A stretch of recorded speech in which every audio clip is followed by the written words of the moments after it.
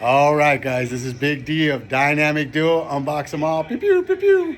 On our quest for greatness, I met our fellow Poke hobbyist, Yousef. Yousef. Do you have any? Are you on YouTube or socials or anything? YouTube, I have a YouTube or Instagram. It's going to be HBK_Romad, ROMAD. It's a Kendama channel. So. Do me a favor, give him a follow. So, here's how we met. We came to Rizzo Sports in Marietta, our home store. Mini, who's right here.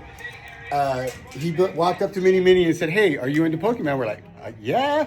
And he blessed him with a really cool slab to add to his slab collection. And it's from Team Rocket, Oddish. I'm still learning everything, as you guys know. And I asked him if he'd do me the honor and be on our channel. So he said yes, and here we go.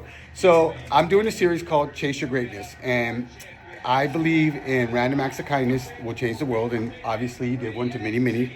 And I want to ask you 3 questions, and we'll just kind of go from there. Sure. So do you consider yourself a collector or an investor? Definitely a collector. I mean, I started out, my girlfriend Adriana got me into it mostly. I was a Yu-Gi-Oh collector as a kid, collected Pokemon, and then I was buying her a few things and kind of got a little jealous of some of the pulls and some of the artworks. Right. I looked through all of the artworks. Cuter than Yu-Gi-Oh. Hey, you're messing with my childhood, Yu-Gi-Oh. But I looked through all the sets online, and I kind of settled on Crown Zenith and went full in on Crown Zenith. Just loved the artwork, loved the cards that were in there. So I did the Master set for Crown Zenith. Probably spent a little bit too much money, but...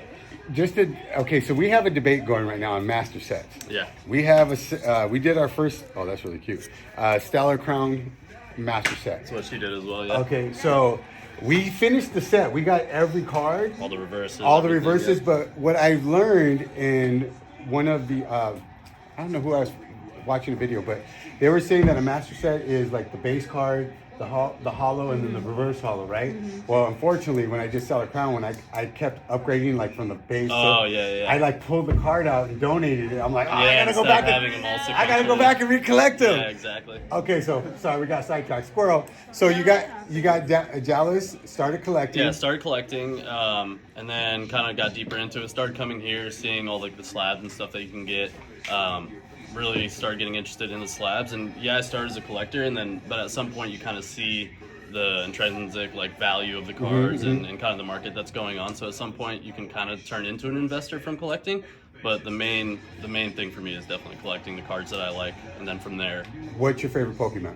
Giratina. All right. Yeah, so I'm doing a Giratina Master set. Whoa. So I'm trying to collect every. So are you doing a Master set or Grandmaster set? I just heard about that term. So basically, just every Giratina, English and Japanese. I'm trying to collect every one. Nice. How close are you? I have some. He goes, let me show you. All right, let's pause this. I'm gonna flip this around and we're gonna go right here. Check. All right. They're in there somewhere. She's got them. Oh, you're sending them off to grading right now? Yeah. Oh yeah. Grade these 2 boys. Ooh. Big boys. You pulled those or you bought them? This one I got on Whatnot. And I pulled a couple of these. Now, okay, so now we're kind of going off sidetrack, but what do you think about the Whatnot scandal that's been popping up? It's tough. You have to find small streamers that are down to earth and actually like are part of the hobby.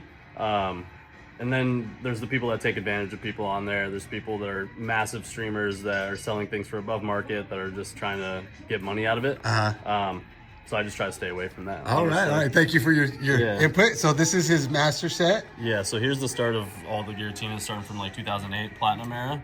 Wow. How long is it taking you to acquire all this? It's been like 5-6 months that I've been going after it probably. Wow. Yeah. It's like some staff promos, and then goes into like the GXs, XY era, Lost Origin. And you're gonna get all this graded? No, this is just kind of for the personal collection. Trying to get every Giratina. Then it goes into just more trade binder stuff. Oh, I like that right there. Yeah, Gengar is nice. We're in the process of doing that too. Are you guys?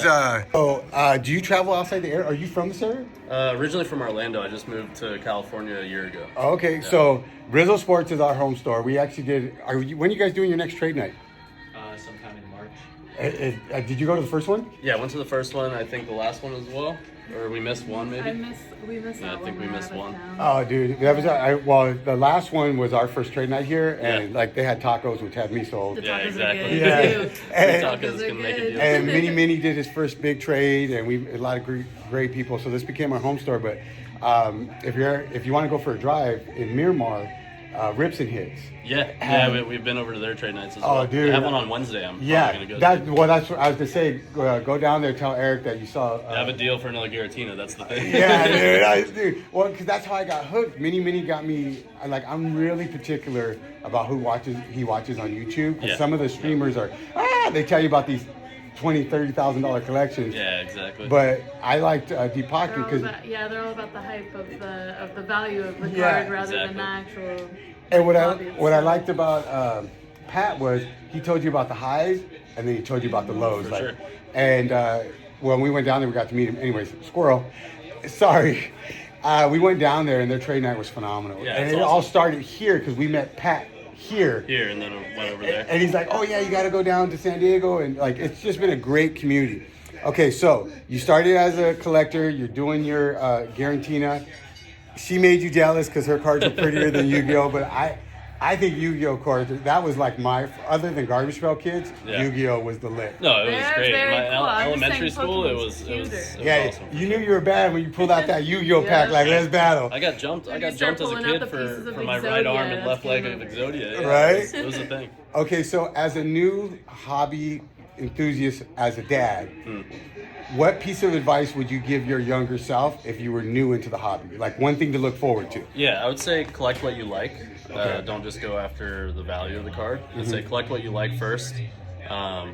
Do your research on what, even if you don't like it, the market is what it is, and the people in the hobby are what they are.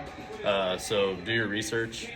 Watch as many videos as you can. Find someone that you like and trust to kind of learn from, and then implement that when you go to shows or when you trade or whatever you do in the hobby. Okay. Because Go- you just don't want to get taken advantage of, and you want to be able to know what you're talking about when you're maybe making trades or selling Protect your cards. cards. Yeah, and sleeve your Protect cards. your Top Good load. binder Yeah, behavior. good binder behavior. We were actually here right now. We walked in and I felt so bad. This Oh, dude, young that's lady walked in terrible. and she had, I guess, some nice cards. And then she told the staff here, well, the names are on the back because my sister used to steal them. And they're like, we're sorry. We can't even. Every card don't write on your card. Yeah, don't write on your cards. Do not write on your cards. Even I know that. I'm not the smartest guy in the shed. Okay, so can you give me an example? You said make yourself knowledgeable. Yeah. When you were new in the hobby, can you give me an example of where you kind of learned from that? Yeah, I mean, I'm still pretty new into the hobby when it comes to collecting and going to shows and everything like that. But I kind of learned just walking around my first big trade show. What was your first big trade show? I think it was Front Row Card Show in Pasadena. Nice. Yeah. I missed the last So one. we did that, and you get excited. That's another thing is take a lap first. Take a lap around the vending space and talk to different vendors, see who you vibe with, see who can kind of give you better deals. Uh-huh. And if you're getting shafted for something that you know has some value, then just walk away and go find somebody else. Don't be pressured into doing a deal that you don't necessarily want to do, especially if it's a card that you really like. Okay. So the follow-up question to that, especially as a new enthusiast, and I'm trying to learn from those who I consider to be more knowledgeable in the hobby, what is something you would tell your younger self or me? What should I be on the lookout, like a pitfall, a danger? Danger. Maybe people that just aren't very knowledgeable about Pokemon in general and are just trying to get their money, So if you're talking to somebody and they kind of don't really know the specific cards and the names of things, and they're just trying to get you at 60% or something like that, just kind of be on the lookout for that. I mean, obviously, scalpers. Yeah. I mean, that's something to definitely be on the lookout.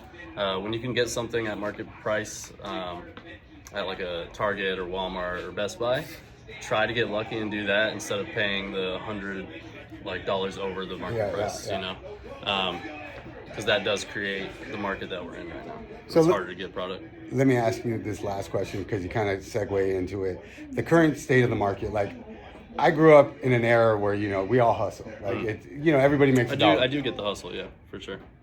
But do you feel that the market, because I've been following a lot of content creators where they're saying that we're on the bubble, we're on the rise right now. For sure. Do you feel that it's going to pop and then everything's going to drop? Everything does. I don't know if it's necessarily going to drop to a point where everything's like not Normal? worth anything. Yeah. But I mean, I wasn't in the hobby during the big boom in like 2020, 2021.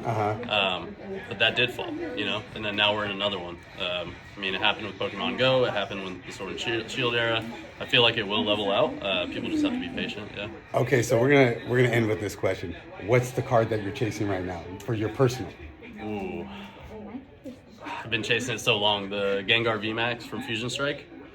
So that well, you have a really cool game. Like I saw that. You said that's for trade. I've opened so much Fusion Strike, and the hit rates are terrible. And now the price, it went from a couple $100 to $300 to $400. Now it's like $800 raw, $1,600 for a PSA 10. So that's up there. And then the Dragons Exalted and the Black and White promo for the Giratina. All right, fam. If you see these cards, I'm gonna tag him in this video. Hit him up. He's on the hunt. Remember, a random act of kindness will change the world. In a world where you can be anything, be kind. Until next time, unbox them all. Dynamic Duo. Pew, pew.